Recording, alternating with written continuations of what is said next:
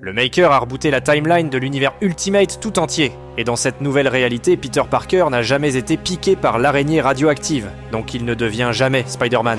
Heureusement, un Tony Stark venu du futur est sur le point de changer tout ça.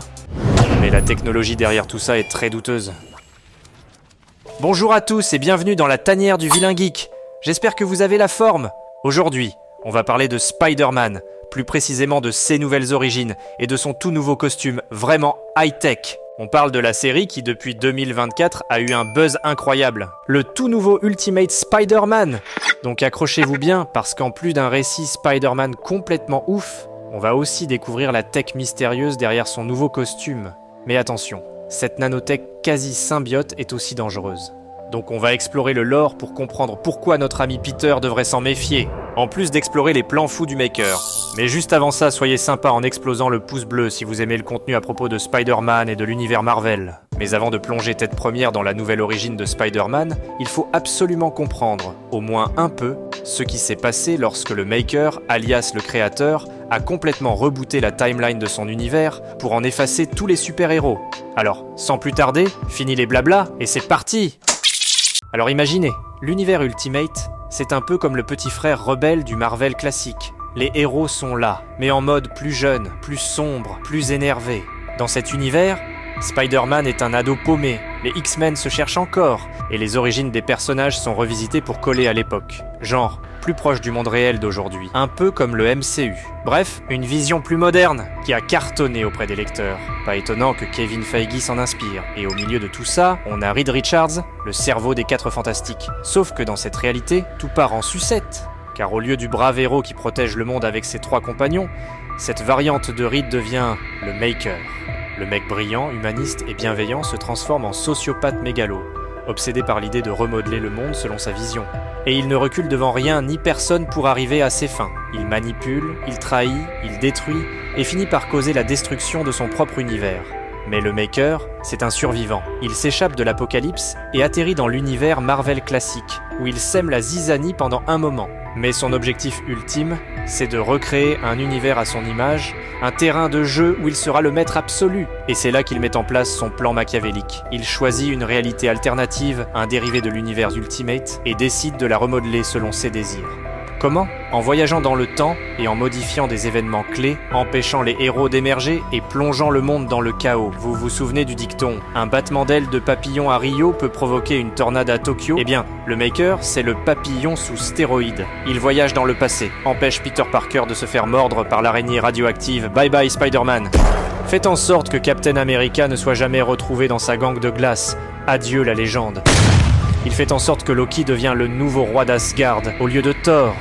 Et le pire de tout, il manipule l'expérience qui devait donner naissance aux 4 Fantastiques, transformant le jeune Reed Richards en arme de destruction massive. Résultat, un univers où les héros n'ont jamais existé, où le mal règne en maître, et où le Maker peut enfin imposer sa vision tordue du monde. Bon, je devrais fort probablement faire toute une vidéo entièrement dédiée au sujet de l'événement Ultimate Invasion, qui est en soi l'un des meilleurs événements Marvel, mais aussi l'un des plus complexes. Mais entre-temps, faut savoir qu'à la fin d'un combat ultime entre le Maker, le Kang de leur univers, et Howard Stark, qui était le Iron Man de cette réalité, les plans du Maker ont été contrecarrés. Et c'est principalement à cause de Howard Stark et Reed Richards, qui en passant, est le Docteur Doom de cet univers. C'est un peu dingue tout ça, mais si tu veux la backstory à propos de la façon dont Reed Richards devient Doom, j'ai une vidéo à ce sujet, juste ici ou dans la description.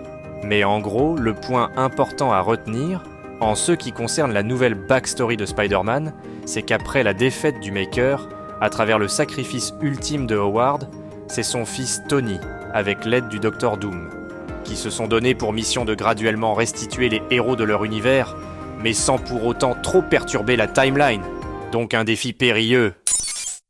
Mais c'est ainsi que l'on rencontre le nouveau Peter Parker, dénué de ses pouvoirs. Et tout comme dans l'univers 616, Peter est un journaliste, mais il est aussi maintenant un père de famille avec 2 enfants, marié à Mary Jane. On est bien loin de l'adolescent qu'on connaît dans la plupart des autres univers. Et contrairement à l'histoire originale, il n'a pas été mordu par une araignée radioactive par accident. Et même si au fond de lui-même, il ressent un vide, un tourment à propos de son rôle et de son destin dans la vie, les choses vont plutôt bien pour lui, tu vois. il a sa famille, son boulot, et en plus, dans cette réalité, l'oncle Ben est vivant. Et il travaille côte à côte avec Jonah Jameson, comme 2 BFF, tu t'imagines ? Mais malheureusement, ils ont perdu Tante May.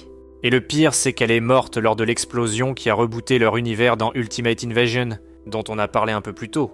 Mais bon, tout ça pour dire, c'est dans ce contexte que ce Peter, il va faire le choix conscient de devenir Spider-Man.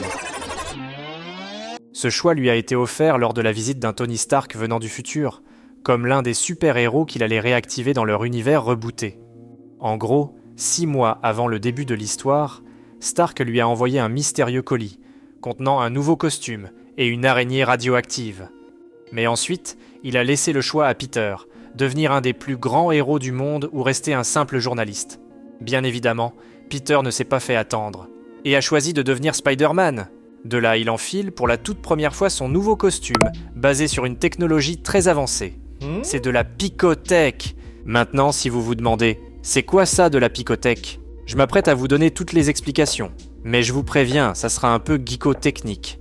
Et attention, même si cette nouvelle tech est très puissante, elle est aussi inquiétante pour Spider-Man. Et vous allez bientôt comprendre pourquoi. En fait, pour mieux comprendre la nature de cette technologie, il faut remonter en 2010, à la sortie du jeu vidéo Iron Man 2. En résumé, Stark avait développé le projet Protean, dans le but de créer des machines intelligentes capables de régénérer ou de modifier tous ceux pour quoi elles étaient construites. En gros, elles peuvent s'auto-guérir, tu vois ? Et certains pensent même qu'il s'agirait d'une tech symbiote. Cependant, le projet a éventuellement été jugé douteux et dangereux, et a été abandonné. Toutefois, Kierson DeWitt, qui avait travaillé dans la division des armes théoriques de Stark Industries, et avait été l'un des ingénieurs originaux sur le prototype du réacteur Arc, a continué à travailler clandestinement sur le projet Protean, et a refusé d'arrêter d'allouer des ressources à celui-ci. Pour cette raison, il a été viré par Tony Stark. Mais pour ramener toute cette histoire à notre ami Spider-Man, ce nouveau costume en picotech, il est genre trop cheaté. D'un côté, il a toutes les capacités classiques, comme les lance-toiles intégrées, et tout le tralala. Mais ce qui le rend plutôt ouf, c'est vraiment les nouveaux gadgets ultra high-tech. Je dirais même qu'avec ces nouveaux atouts, ce costume est fort probablement l'un des plus puissants jamais portés par Spider-Man, tous les univers confondus. Ouais mec, non pas parce qu'il est ultra résistant comme, par exemple, le costume Iron Spider, mais plutôt parce qu'il augmente l'une des plus grandes forces de Spider-Man, soit son côté hyper furtif. Et ça, pour ses ennemis, ça devient hyper dangereux, sachant que Spider-Man est déjà très difficile à attraper d'entrée de jeu. Le costume peut changer d'apparence à volonté, ce qui permet à Peter de se camoufler, voire même de se déguiser, et de façon pragmatique, de rendre son masque plus difficile à retirer, si jamais quelqu'un voulait le démasquer. Ainsi, il peut très facilement transitionner de Peter à Spider-Man, mais il peut aussi complètement changer d'apparence. En fait, puisqu'il peut changer d'apparence à volonté, lorsqu'il a décidé de la version officielle de son nouveau costume, eh bien, c'est sa fille, May Parker, qui a opté pour la fameuse version traditionnelle en rouge et bleu. Un joli clin d'œil au Spider-Man classique, mais dans tout ça, il y a un hic, car le costume peut facilement être synchronisé avec d'autres technologies picotech. Et en surface, ça peut être pratique si Spider-Man doit travailler en équipe, par exemple avec Iron Man. Cependant, cela signifie aussi que d'autres utilisateurs peuvent désactiver son masque sans son consentement et l'exposer au grand jour, comme étant Peter Parker. Ils peuvent essentiellement hacker le costume par les voies informatiques. Et ça, c'est potentiellement un très gros problème, surtout s'il affronte un autre technogénie, comme Norman Osborn ou même Harry Osborn. Essentiellement parce que la picotech est connectée à un réseau online. Elle peut, en principe, être manipulée à distance. Il faut donc se poser la question, est-ce que toute cette belle technologie n'est pas un cadeau empoisonné ? Pensez-y bien, si dans un autre univers, Tony Stark trouvait cette technologie trop dangereuse pour être manipulée, pourquoi le Stark de l'univers Ultimate aurait-il pris un tel risque ? Il faudra voir la suite pour le comprendre.